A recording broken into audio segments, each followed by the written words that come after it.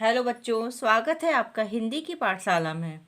आज हम कक्षा 10वीं की स्पर्श पाठ्य पुस्तक का तीसरा लेसन, गद्य खंड का तीसरा लेसन पढ़ाएंगे आपको। 2 लेसन हमने आपको कंप्लीट करवा दिए गद्य खंड के, और अब ये तीसरा लेसन है ततारा बबीरो कथा। इसके जो लेखक हैं वो हैं लीलाधर मंडलोई, और इस कथा की जो समरी है इस लेसन की वो हम आपको पढ़ा देते हैं। आप समरी अच्छे से समझिए, पढ़िए, सुनिए, आपको सारा समझ में आ जाएगा। ये एक लोक कथा है।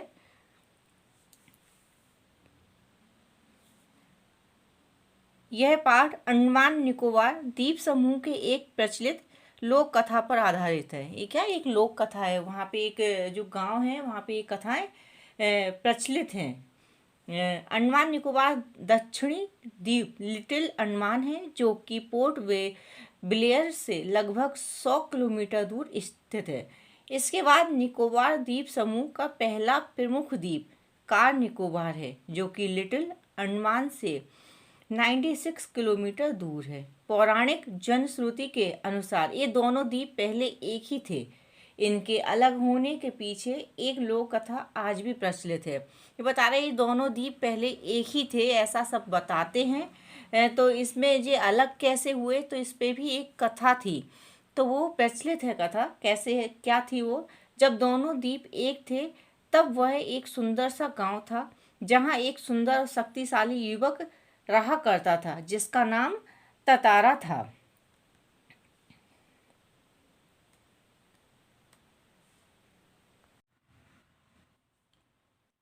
वह एक नेक और ईमानदार व्यक्ति था और सदा दूसरों की मदद के लिए तत्पर रहता था। निकोबारी उसे बेहद प्रेम करते थे। वह अपने गांव के लोगों के साथ सारे द्वीप की सेवा करता था। मतलब वो अपने गांव के लोगों का, अपने परिवार के लोगों की सेवा करता था और सारे द्वीप की भी सेवा करता था। वह पारंपरिक पोशाक में रहने के साथ अपनी कमर में सदा एक लकड़ी की तलवार बांधे रहता था। वह कभी तलवार का उपयोग नहीं करता था। लोगों का मत था कि तलवार में देवी शक्ति थी। एक शाम ततारा दिन भर के अथक परिश्रम के बाद समुद्र के किनारे टहलने निकल गया। सूरज डूबने को था। समुद्र से ठंडी बयारें आ रही थीं। पक्षियां अपने घरों को वापस जा रही थीं। ततारा सूरज की अंतिम किरणों को समुद्र पर निहार रहा था। तभी उसे कहीं पास से एक मधुर गीत गूंजता सुनाई दिया। सुध-बुध खोने और वह क्या, सुध-बुध खोने लगा। तभी लहरों की एक प्रबल वेग ने उसे जगाया। वह जिधर से गीत के स्वर आ रहे थे उधर बढ़ता गया। उसकी नज़र एक युवती पर पड़ी, जो कि वह श्रृंगार गीत गा रही थी। अचानक एक समुद्री लहर उठी और युवती को भिगो दिया, जिसके हड़बड़ाहट में वह अपना गाना भूल गया। ततारा ने विनम्रतापूर्वक उसके मधुर गायन छोड़ने के पीछे की वजह पूछी, और व्यक्ति उसे देखकर चौंक गई और उसके ऐसे असंगत प्रश्न का कारण पूछने लगी।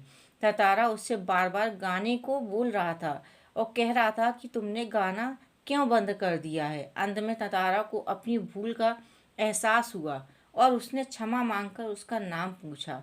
उसने अपना नाम बमीरो बताया। ततारा ने उससे अपना नाम बताते हुए कल फिर आने का आग्रह किया। क्या उसने, क्या ततारा ने क्या बोला? पहले तो उसका नाम पूछा, उसने नाम बताया, फिर उसने ये भी बोला कि तुम कल जरूर आना। उसने आने के लिए कहा, लेकिन उसने क्या मना कर दिया कि नहीं, मैं नहीं आऊँगी। लेकिन वो फिर भी वो बोले जा रहा था कि नहीं, तुम जरूर आना और मैं तुम्हारा यहीं पे इंतज़ार करूँगा। अब बमीरो जब अपने घर तपाती पहुंची तो उसे भीतर से बेचैनी हो रही थी। वो बहुत घबरा रही थी कि क्या करें, कैसे होगा। मतलब अब उसका मन अशांत था। उसने ततारा के व्यक्तित्व में वह सारा गुण पाया जो कि वह अपने जीवन साथी के बारे में सोचती थी। और क्या था कि ततारा वैसे ही बहुत फेमस था, उस समय प्रसिद्ध था वो, क्योंकि सबके काम आता था। कोई भी काम होता था तो वो मतलब कोई दुख होता, किसी को दुखी, कोई भी दुखी होता था तो वो ततारा को ही बुलाता था। और वो तुरंत पहुंच जाता था। ये इतना फेमस था, इतना प्रसिद्ध था वो वहाँ गांव में, आसपास के गांव में भी, कहीं भी कुछ भी होता था, काम काज होता था, शादी ब्याह होता था, तो सब उसे बहुत आदर से बुलाते थे। तो उसकी जो कहानियाँ थी वो बमीरों ने पहले ही सुन रखी थी उसके बारे में, कि हाँ वो ऐसा है ऐसा है। तो उसने जब देखा कि ततारा का जो व्यक्तित्व था उसमें वो सारे गुण थे जो अपने एक जीवन साथी के बारे में वो सोचती थी, परंतु उनका संबंध परंपरा के विरुद्ध था। कैसे था उनके परंपरा के विरुद्ध? क्योंकि जो गांव में जो परंपरा थी कि दूसरे गांव के जो है ना लोग, उनसे साथी संबंध नहीं हो सकता था। तो उनके यहाँ ये परंपरा नहीं थी कि संबंध नहीं हो सकता है दूसरे गांव से। तो इसलिए ये उनके परंपरा के विरुद्ध था, इसलिए उसने ततारा को भूलना ही बेहतर समझा। तो वो समझती थी जो परंपरा के विरुद्ध है तो वो तो हो ही नहीं सकता है। तो उसने सोचा इससे अच्छा तो यही है कि हम ततारा को भूल ही जाएं, इसी में भलाई है। किसी तरह दोनों की रात बीती। अब बहुत बेचैन थे दोनों, तो उनकी रात बड़ी मुश्किल से बीती। दूसरा दिन भी उनका बहुत मुश्किल से निकला। फिर शाम आई। जैसे ही शाम आई तो ततारा लपाती के जो समुद्र चट्टान पर शाम में जाके बैठ गया और बमीरों की प्रतीक्षा करने लगा। वो इंतज़ार करने लगा कि बमीरों आएगी, वो ज़रूर आएगी। लेकिन बहुत समय बीत गया, वो नहीं आई। लेकिन जब सूरज ढलने को था तभी सहसा उसकी नज़र पहुंची कि नारियल के झुरमुट हैं, उसके बीच में एक आकृति दिखाई दे रही है। तो वो कौन थी? उसने जब गौर से देखा तो कौन थी? वो बमीरो ही थी। अब दोनों रोज शाम को मिलते, वो दोनों मिलते, लेकिन एक दूसरे को देखते ही रहते, एक दूसरे को निहारते रहते हैं। और जब कई दिन उनका ऐसा मिलना शुरू हो गया तो लपाती के जो कुछ युवक थे उन्होंने इनके जो मूक प्रेम को भांप लिया। वो समझ गए कि यहाँ पे कुछ है। वो भांप गए, क्योंकि ऐसी बातें छिपती तो है नहीं है, सामने तो आई जाती हैं। और यह बात हवा की तरह सबको मालूम हो गई। परंतु दोनों का विवाह संभव ना था। क्यों नहीं था? क्योंकि वो दोनों अलग अलग गांव से थे, इसलिए दोनों का विवाह संभव नहीं था। सबने दोनों को बहुत समझाने का प्रयास किया कि भाई ऐसा नहीं हो सकता है, तुम लोग अलग हो जाओ, एक दूसरे को भूल जाओ। लेकिन वो दोनों अलग नहीं हुए। वो जो अपने फैसले पर अड़ग रहे और वो एक दूसरे से शाम को मिलते रहे और उन्होंने किसी की बात नहीं सुनी। लेकिन कुछ समय बाद ततारा के गांव में, पासा में, जो ततारा का गांव था वो पासा, उसमें पशु पर्व आयोजन था। हर साल होता था। तो वो समय भी आ गया पशु पर्व का आयोजन है, तो जिसमें सभी गांव हिस्सा लिया करते थे उस आयोजन में। पर्व में पशुओं के प्रदर्शन के अतिरिक्त युवकों की भी शक्ति परीक्षा होती। मतलब पशुओं का तो होता ही था प्रदर्शन, लेकिन इसके साथ साथ जो युवक थे ना, सभी गांव के, उनकी भी शक्ति की परीक्षा होती थी। साथ ही वहाँ पे संगीत होता था, गीत संगीत, और बाद में भोजन का भी आयोजन होता था। शाम होने लगी, सभी लोग पासा आने लगे और धीरे धीरे विभिन्न कार्यक्रम होने लगे। जितने भी कार्यक्रम थे वो धीरे धीरे होने लगे और सभी लोग पासा गांव आने लगे। सब व्यस्त हो गए थे अपने कार्यक्रमों में। लेकिन तांतारा का मन इसमें नहीं लग रहा था। वो बेचैन था और वो भीड़ में वो उसकी आंखें इधर उधर घूम रही थीं। वो किसको ढूंढ रहा था? वो क्या, बमीरों को खोजने में व्यस्त हो गया। वो देखने लगा कि बमीरो आई है कि नहीं।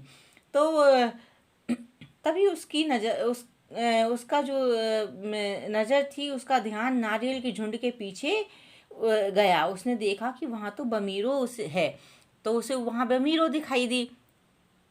फिर वह ततारा को देखते ही रोने लगी। जैसे ही बमीरो ने ततारा को देखा तो वो रोने लगी तुरंत। उसका रुदन का जो स्वर सुनकर बमीरो की माँ भी वहाँ पहुँच गई। वो बमीरो की माँ वहीं होगी आसपास। तो जैसे ही उसने उसको बमीरो को रोते हुए सुना, उसकी आवाज़ सुनी, तो वो तुरंत वहाँ पहुँच गई और वह ततारा को भला बुला कहकर अपमानित करने लगी, उससे बुरा बुरा बोलने लगी, उससे मतलब गलत गलत बोलने लगी। लेकिन तथा अपमानित किया उसने। तथा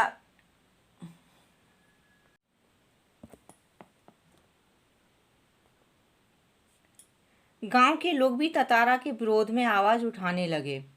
जब उसकी माँ उसके विरोध में बोल रही थी, उसका अपमान कर रही थी, तो गांव के लोग भी वहाँ इकट्ठे हो गए जो भी थे, और वो भी ततारा का विरोध करने लगे और उसके विरोध में बोलने लगे, आवाज़ उठाने लगे।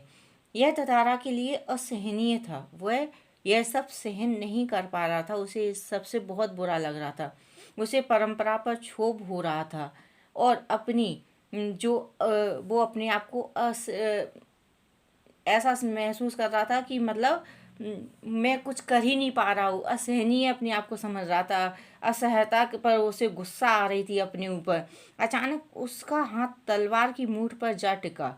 अचानक ही जब वो इतना गुस्सा था, वो सोच रहा था कि हम असमर्थ हैं, हम कुछ भी नहीं कर पा रहे हैं, तो वो गुस्से में उसका हाथ उसकी तलवार की मूठ पर जाके टिक गया।